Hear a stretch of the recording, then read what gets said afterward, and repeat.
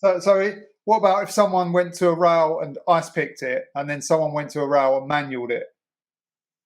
I mean, to me, go find a different rail. Okay, Especially if the rail's like a rail in a part, because you could do a rail in a part and it kind of goes by, and then you could do a rail that becomes a famous rail, right? Yeah. Go find a different rail. Like to me, going to do it on that same rail is just like you're chasing some sort of clout, but it's someone else's. Yeah, you know what I mean. Like, go find your. Like, I've always been an advocate for finding your own spots, and especially nowadays, that's sort of have this gotten lost because we live in an era right now, and it's hard to. I don't want to talk negative about it because these guys are better bike riders than I ever will be or ever could be. And the stuff they're doing is super hard, but we're living in an era of BMX where everything's a spot and nothing is ugly. Yeah. You know what I mean? And what I'm going to tell you right now is some of that shit is fucking ugly, guys. Yeah, a lot. You know what I mean? It doesn't matter how hard it is. And you know what? Everything is not a spot. Just because you can do a trick on it doesn't mean we need to see it. You know, like, have a little bit of respect for your craft and for the work that the company's putting in and all the filmmakers and all the other people on your team are putting in to make the video good.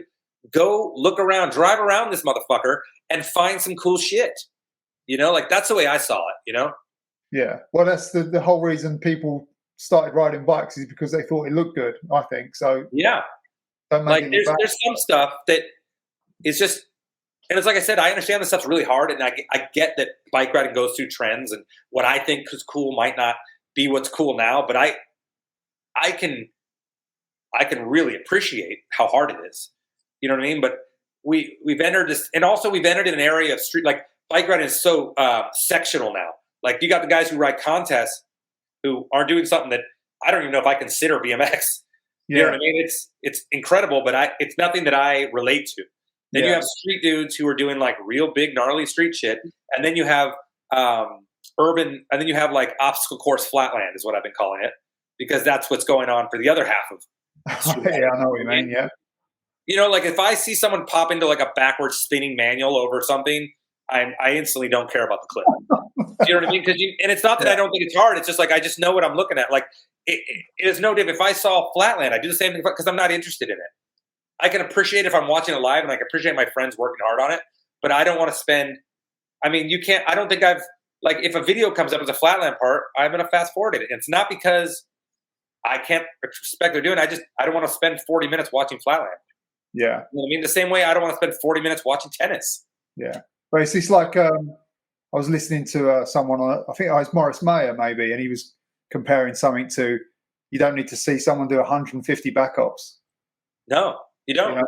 Once someone's got to about 50, you can realize that you can just keep going. You don't need to all day. You can move on, you know? When I see 15 nose manuals or 5 nose manuals in one BMX section, I'm like, I got it, guys. You just wasted of the 30 clips you're going to put in your video part, 5 of them were the same. Yeah. You know what I mean?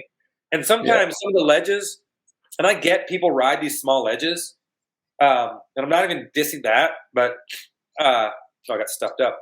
But it's like, what I don't understand is the mentality that you've just seen 20 other videos in the same spot on this ledge that's under your knee. And I get when you learn stuff on that stuff, but once you learn it, when you want to film something for real, why aren't you going to do it on something legit? That's what I'm saying. And I know it's just like and like I said, I'm not trying to speak negatively of it, but I just don't understand the mindset of wanting to do the same thing the last guy did, and then wondering why you're not the guy.